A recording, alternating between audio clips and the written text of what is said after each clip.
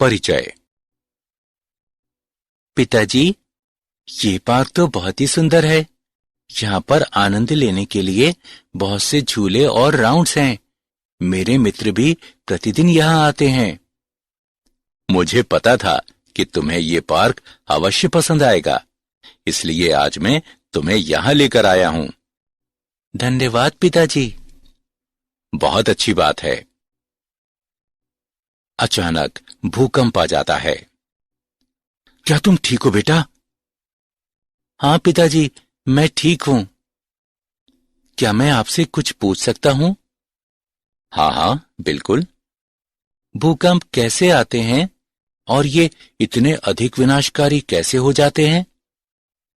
बेटा, जब पृथ्वी के भीतरी भाग में चट्टानें खिसकती हैं, तो उनके कारण भूकंप आते हैं। इस अचानक होने वाली गति के कारण आघात तरंग पृष्ठ पर आती हैं। ये तरंगें पृथ्वी के पृष्ठ के अनुदिश चलती हैं और बहुत क्षति पहुंचाती हैं। जी पिताजी, अब मुझे समझ में आ गया और मैं इन तरंगों के विषय में और जानना चाहता हूं। ठीक है बेटा, मैं तुम्हें बताऊंगा। बच्चों, आज हम तरंगों के विषय में और पढ़ेंगे। उद्देश्य। इस पाठ के अंत में आप निम्न करने में सक्षम हो जाएंगे। तरंग गति को परिभाषित करना, अनुप्रस्थ और अनुदैर्ध्य तरंगों में अंतर स्पष्ट करना, प्रगामी चाल में विस्थापन संबंध का मूल्यांकन करना, प्रगामी तरंग की गति की गणना करना, तरंगों के अतिव्यापन को समझना, तरंगों के परावर्तन के विषय में जानना, अप्रगामी तरंगों को परिभाषित करना, स्पंदों को समझना, डॉपलर प्रभाव का विश्लेषण करना। परिभाषा। तरंगों के द्वारा बिना द्रव्य की आयतन चाल के ऊर्जा का स्थानांतरण संभव होता है। तरंग गति को विक्षोभ के एक प्रकार के रूप में परिभाषित किया जा सकता है, जो माध्यम के कणों की उनकी माध्य स्थितियों से दोहराए जाने वाले आवर्ती कंपनों के कारण होता है और माध्यम का कोई नेट स्थानांतरण हुए बिना ये गति एक कण से दूसरे कण में पहुंचाई जाती है। एक पत्थर का पानी में गिरना, एक लड़के का किसी से बात करना। भूकंप। ये तरंग गति के कुछ उदाहरण हैं। इस पाठ में हम यांत्रिक तरंग गति के विषय में पढ़ेंगे। यांत्रिक तरंगों को केवल उन भौतिक माध्यमों में उत्पन्न एवं संचारित किया जा सकता है जिनमें प्रत्यास्थता और जड़त्व होता है। इन तरंगों को प्रत्यास्थ तरंगें भी कहते हैं। अनुप्रस्थ और अनुदैर्ध्य तरंगें। अनुप्रस्थ तरंग वो तरंग होती है जिसमें माध्यम के सभी कण अपनी माध्य साम्यावस्था पर तरंग संचरण की दिशा के अभिलंबवत दिशा में सरल आवर्ती गति करते हैं। अनुदैर्ध्य तरंग गति वो तरंग गति होती है जिसमें माध्यम के पृथक कण तरंग संचरण की दिशा के अनुदिश अपनी माध्य स्थितियों पर सरल आवर्त गति करते हैं। आइए अनुप्रस्थ तरंगों और अनुदैर्ध्य तरंगों में अंतर समझें। अनुप्रस्थ तरंगों में माध्यम के कण तरंग के संचरण की दिशा के समकोणों पर कंपन करते हैं, जबकि अनुदैर्ध्य तरंगों में माध्यम के कण तरंग के संचरण की दिशा के अनुदिश कंपन करते हैं। अनुप्रस्थ तरंगें एकांतर तुंगों यानी शीर्षों या शिखरों एवं द्रोणियों यानी गर्तों के रूप में गमन करती हैं। एक तुंग और एक द्रोणी एक तरंग बनाते हैं, जबकि अनुदैर्ध्य तरंगें एकांतर संपीडनों के रूप में गमन करती हैं। एक संपीडन और एक विदलन मिलकर एक तरंग बनाते हैं। अनुप्रस्थ तरंगें केवल ठोसों में और द्रवों के पृष्ठ पर ही बन सकती हैं, जबकि अनुदैर्ध्य तरंगें किसी भी माध्यम में बन सकती हैं। जब अनुप्रस्थ तरंगें संचरित होती हैं तो माध्यम में कोई भी दाब परिवर्तन नहीं होता है। परंतु जब अनुदैर्ध्य तरंगें संचरित होती हैं तो माध्यम में दाब परिवर्तन होता है। अनुप्रस्थ तरंगें एक ज्या वक्र द्वारा सीधे निरूपित की जा सकती हैं, जबकि अनुदैर्ध्य तरंगें एक ज्या वक्र द्वारा केवल अप्रत्यक्ष रूप से निरूपित की जा सकती हैं। अनुप्रस्थ तरंगें ध्रुवीकृत की जा सकती हैं, जबकि अनुदैर्ध्य तरंगें ध्रुवीकृत नहीं की जा सकती। प्रगामी चाल में विस्थापन संबंध। प्रत्येक क्षण में विस्थापन समय फलन उस क्षण पर तरंग की आकृति बताता है। ये उस अवस्थिति पर माध्यम के निर्माण की गति का भी वर्णन करता है। ज्या वक्रीय संचरित होती तरंग को निम्नानुसार वर्णित किया जा सकता है। y बराबर a sin kx घटा ओमेगा t, जहां y बराबर स्थिति x और समय t के फलन के रूप में विस्थापन है। a बराबर तरंग का आयाम, ओमेगा बराबर तरंग की कोणीय आवृत्ति, k बराबर कोणीय तरंग संख्या। आयाम ए माध्यम के निर्माणकों का उनकी साम्यावस्था से अधिकतम विस्थापन प्रदर्शित करता है। ये तरंग का आयाम कहलाता है। तरंग दैर्ध्य समान कला वाले दो बिंदुओं के बीच न्यूनतम दूरी तरंग का तरंग दैर्ध्य कहलाती है, जिसे प्रायः लेम्ला द्वारा निरूपित किया जाता है। सरलता के लिए हम कह सकते हैं कि किसी तरंग में दो क्रमिक तुंगों या द्रोणियों के बीच की दूरी तरंग दैर्ध्य होती है। आवर्तकाल। तरंग के दोलन का आवर्तकाल वो समय होता है जो एक एलिमेंट एक पूर्ण दोलन पूरा करने में लेता है। एक संचारित तरंग की चाल। सभी प्रगामी तरंगों के लिए एक सामान्य संबंध निम्न रूप में व्यक्त है। v बराबर लेम्ला बटे टी। माध्यम के किसी निर्माणक द्वारा एक पूर्ण दोलन हेतु अपेक्षित समय में तरंग पैटर्न तरंग के तरंग दैर्ध्य के बराबर दूरी तय करता है। तानित डोरी पर एक अनुप्रस्थ तरंग की चाल। माना कि एक डोरी को दो दृढ़ टेकों के बीच ताना गया है। यदि डोरी को चुटकी से खींचते हुए थोड़ा विस्थापित किया जाता है तो डोरी की लंबाई के अनुदिश एक निश्चित वेग के साथ एक उभार संचरण करता है। उभार के संचारण का वेग डोरी के तनाव और द्रव्यमान प्रति इकाई लंबाई पर निर्भर करता है। तानित डोरी पर संचरण करने वाले विक्षोभ का वेग निम्नानुसार व्यक्त है। c बराबर वर्गमूल t बटे म्यू, जहां t बराबर डोरी में तनाव, म्यू बराबर द्रव्यमान प्रति इकाई लंबाई। अब एक सिरे पर स्थिर की गई डोरी के दूसरे सिरे पर एक भार लटकाते हुए इसे तानित किया जाता है। डोरी में तनाव डोरी के प्रत्यस्थता गुण और जड़त्व से संबंधित है। तानित करने पर वेग निम्न रूप में व्यक्त होता है। c बराबर वर्गमूल t बटे पाई आर वर्ग रो, जहां r बराबर डोरी की त्रिज्या, रो बराबर सामग्री का घनत्व। एक अनुदैर्ध्य तरंग की चाल। एक अनुदैर्ध्य तरंग के संचरण का वेग माध्यम की प्रत्यास्थता तथा घनत्व पर निर्भर करता है। तरंग वेग बराबर वर्गमूल प्रत्यास्थ मॉडुलस बटे घनत्व। तरंगों के अध्यारोपण का सिद्धांत।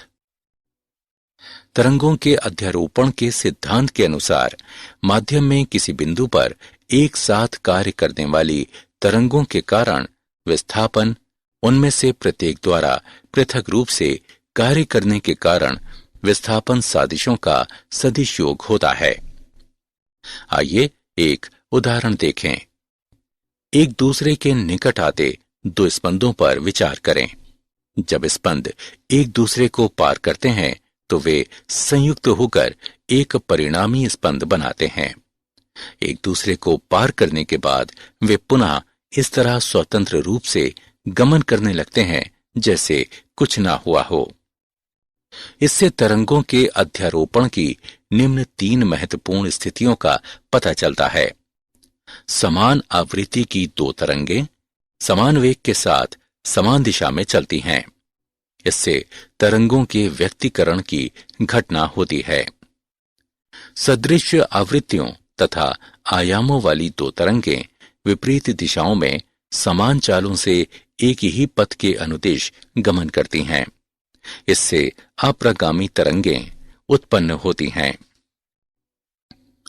अल्प भिन्न आवृत्तियों वाली 2 तरंगें समान वेग के साथ समान दिशा में चलती हैं। इससे विस्पंदों की परिघटना होती है। तरंगों का परावर्तन। जब कोई तरंग किसी दृढ़ परिसीमा से टकराती है तो ये पूर्णतः परावर्तित हो जाती है, और यदि परिसीमा दृढ़ नहीं है तो आपतित तरंग का एक भाग परावर्तित हो जाता है और कुछ भाग द्वितीय माध्यम में पारगमित हो जाता है। आइए एक उदाहरण देखें। एक स्पंद एक तानित डोरी के अनुदिश गमन करता है और परिसीमा द्वारा परावर्तित हो जाता है। परावर्तित तरंग की आकृति आपतित स्पंद के समान होती है, किंतु परावर्तन होने पर इसकी कला में 180 डिग्री परिवर्तन हो जाता है। ऐसा इसलिए होता है क्योंकि परिसीमा दृढ़ है और परिसीमा पर हर समय विक्षोभ का विस्थापन शून्य ही होता है। जब परिसीमा नहीं होती तो परावर्तित तरंग की आकृति और कला आपतित तरंग के समान होती है। स्थैतिक अप्रगामी तरंगें। विपरीत दिशाओं में गमन करने वाली 2 एक समान प्रगामी तरंगों के अध्यारोपण द्वारा निर्मित परिणामी तरंग अप्रगामी तरंग कहलाती है। प्रस्पंद।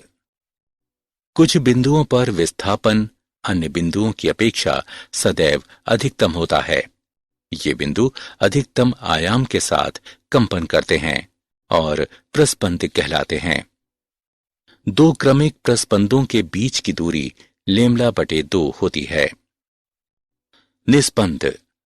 कुछ बिंदुओं पर विस्थापन सदैव शून्य होता है। ये बिंदु जो सदैव स्थैतिक रहते हैं निस्पंद कहलाते हैं। 2 क्रमिक निस्पंदों के बीच की दूरी λ/2 होती है। ये प्रेक्षित किया गया है कि एक निस्पंद और निकटस्थ प्रस्पंद के बीच की दूरी λ/4 होती है। विस्पंदें। जब लगभग समान आवृत्ति तथा समान आयाम की 2 ध्वनियां एक साथ उत्पन्न होती हैं तो परिणामी ध्वनि में एकांतर उच्चिष्ठ और अल्पिष्ठ होते हैं। नियमित अंतरालों पर ध्वनि का एकांतर उतार चढ़ाव होने की ये परिघटना विस्पंदे कहलाती हैं। आइए एक उदाहरण देखें। 2 सन्नादी तरंगे हैं जिनमें से एक की आवृत्ति 12 हर्ट्ज और दूसरी की आवृत्ति 10 हर्ट्ज है। जब वे एक दूसरे पर अध्यारोपित होती हैं तो वे 2 हर्ट्ज आवृत्ति की विस्पंदें उत्पन्न करती हैं। प्रति सेकंड सुनी जाने वाली विस्पंदों की संख्या विस्पंद आवृत्ति कहलाती है। विस्पंदें केवल तब सुनी जाती हैं जब 2 ध्वनिकारी निकायों की आवृत्तियों में अंतर 10 से अधिक नहीं होता। ऐसा श्रवण निरंतरता के कारण होता है। प्रत्येक तीव्र ध्वनि से अगली तीव्र ध्वनि तक का समय एक विस्पंद काल कहलाता है। उदाहरण। आइए विस्पंद का एक उदाहरण देखें। एक साथ बजाए जाने पर एक ट्यूनिंग फोर्क और एक वायु स्तंभ 51 डिग्री सेल्सियस पर 1 सेकंड में 4 विस्पंदें उत्पन्न करते हैं। वायु स्तंभ का तापमान घटाकर 16 डिग्री सेल्सियस कर दिए जाने पर वही ट्यूनिंग फोर्क 1 विस्पंद प्रति सेकंड उत्पन्न करता है। ट्यूनिंग फोर्क की आवृत्ति निर्धारित करें। आइए इसका हल देखें। जब वायु स्तंभ का तापमान कम किया जाता है तो वायु स्तंभ में ध्वनि की चाल कम हो जाती है। चूंकि V बराबर U बटे लैम्ब्डा, इसलिए V घटता है। चूंकि निम्नतर तापमान पर विस्पंद प्रति सेकंड की संख्या कम है, इसलिए हम ये निष्कर्ष निकालते हैं कि वायु स्तंभ की आवृत्ति ट्यूनिंग फॉर्क की आवृत्ति से अधिक है। माना ट्यूनिंग फॉर्क की आवृत्ति V है तो 51 डिग्री सेल्सियस पर वायु स्तंभ की आवृत्ति N-4, 16 डिग्री सेल्सियस पर वायु स्तंभ की आवृत्ति N-1। दिए गए मानों की गणना करने पर हम पाते हैं कि ट्यूनिंग फॉर्क की आवृत्ति 50 हर्ट्ज है। डॉपलर प्रभाव। ध्वनि का स्रोत प्रेक्षक तथा माध्यम की आपेक्षिक गति में होने पर ध्वनि की आवृत्ति में आभासित होने वाला परिवर्तन डॉपलर प्रभाव कहलाता है। आइए विभिन्न स्थितियों में ध्वनि की आभासी आवृत्ति पर चर्चा करें। स्थिति 1। स्रोत गतिशील, प्रेक्षक स्थिर, माध्यम स्थिर। माना कि स्रोत और प्रेक्षक को V दूरी से पृथक किया गया है, जहां V ध्वनि का वेग है। माना कि स्रोत से उत्सर्जित ध्वनि की आवृत्ति न्यू है। अब स्रोत प्रेक्षक की ओर Vs वेग से चलना आरंभ करता है। ये देता है न्यू डैश बराबर V बटे लैम्ब्डा डैश। गणना करने पर हम पाते हैं कि न्यू डैश बराबर V बटे V माइनस Vs गुणे न्यू। इसलिए चूंकि ध्वनि का स्रोत प्रेक्षक की ओर बढ़ता है, इसलिए आभासी आवृत्ति न्यू डैश वास्तविक आवृत्ति न्यू से अधिक हो जाती है। यदि स्रोत प्रेक्षक से दूर जा रहा है तो आभासी आवृत्ति निम्न द्वारा व्यक्त होगी। न्यू डैश बराबर V बटे V प्लस Vs गुणे न्यू। स्थिति 2। प्रेक्षक गतिशील, स्रोत स्थिर, माध्यम स्थिर। प्रेक्षक स्रोत की ओर V0 वेग से चलता है। 1 सेकंड में प्रेक्षक V-V0 दिग स्थान घेरने वाली तरंगें प्राप्त करता है। इकाई दूरी में तरंगों की संख्या बराबर न्यू बटे V। V-V0 दूरी में तरंगों की संख्या बराबर न्यू गुणे V जमा V0 बटे V। आभासी आवृत्ति न्यू डबल डैश बराबर V जमा V0 बटे V गुणे न्यू। यदि प्रेक्षक स्रोत से दूर जा रहा है तो आभासी आवृत्ति निम्न द्वारा व्यक्त होगी। न्यू डबल डैश बराबर V घटा V0 बटे V गुणे न्यू। स्थिति 3। जब स्रोत और प्रेक्षक दोनों ही एक दूसरे की ओर गतिशील हैं।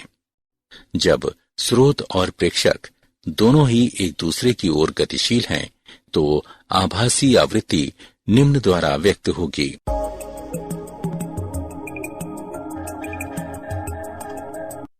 न्यू ट्रिपल डैश बराबर V जमा V0 बटे V घटा Vs गुणे न्यू। यदि स्रोत और प्रेक्षक दोनों ही ध्वनि की दिशा में चल रहे हैं तो न्यू ट्रिपल डैश बराबर V घटा V0 बटे V घटा Vs गुणे न्यू। क्या आप जानते हैं? यांत्रिक तरंग सामग्री माध्यम में उत्पन्न विक्षोभ होता है जो अपनी स्वयं की प्रकृति में किसी परिवर्तन के बिना एक नियत चाल के साथ माध्यम में गमन करते हुए ऊर्जा और संवेग स्थानांतरित करता है। जल के पृष्ठ पर से पवन गुजरने के कारण घर्षण बल उत्पन्न होने से जल में लहरें बनती हैं। पवन की प्रबलता, पवन प्रवाह की दूरी और अवधि की लंबाई यानी निर्घात इसका निर्धारण करते हैं कि लहर कितनी बड़ी होगी। तूफानों के समय निम्न वायु दाब तथा अभितटीय पवनें एक तूफान प्रोत्कर्ष यानी महोर्मी उत्पन्न कर सकते हैं जो तट पर जल स्तर को सामान्य समुद्री स्तर से अनेक मीटर ऊंचा उठा सकता है। सारांश। आइए हमने जो कुछ सीखा है उसे संक्षेप में दोहराएं। तरंग गति को विक्षोभ के एक प्रकार के रूप में परिभाषित किया जा सकता है जो माध्यम के कणों की उनकी माध्य स्थितियों से दोहराए जाने वाले आवर्ती कंपनों के कारण होता है। अनुप्रस्थ तरंग वो तरंग होती है जिसमें माध्यम के सभी कण अपनी माध्य साम्यावस्था पर तरंग संचरण की दिशा के अभिलंबवत दिशा में सरल आवर्ती गति करते हैं। अनुदैर्घ्य तरंग गति वह तरंग गति होती है जिसमें माध्यम के पृथक कण तरंग संचरण की दिशा के अनुदिश अपनी माध्य स्थितियों पर सरल आवर्त गति करते हैं। तरंग दैर्घ्य समान कला वाले दो बिंदुओं के बीच न्यूनतम दूरी तरंग का तरंग दैर्घ्य कहलाती है। एक अनुदैर्घ्य तरंग के संचरण का वेग माध्यम की प्रत्यास्थता तथा घनत्व पर निर्भर करता है। माध्यम में किसी बिंदु पर एक साथ कार्य करने वाली तरंगों के कारण विस्थापन उनमें से प्रत्येक द्वारा पृथक रूप से कार्य करने के कारण विस्थापन सादिशों का सदिश योग होता है। विपरीत दिशाओं में गमन करने वाली दो एक समान प्रगामी तरंगों के अध्यारोपण द्वारा निर्मित परिणामी तरंग अप्रगामी तरंग कहलाती है। नियमित अंतरालों पर ध्वनि का एकांतर उतार चढ़ाव होने की ये परिघटना विस्पंदें कहलाती हैं।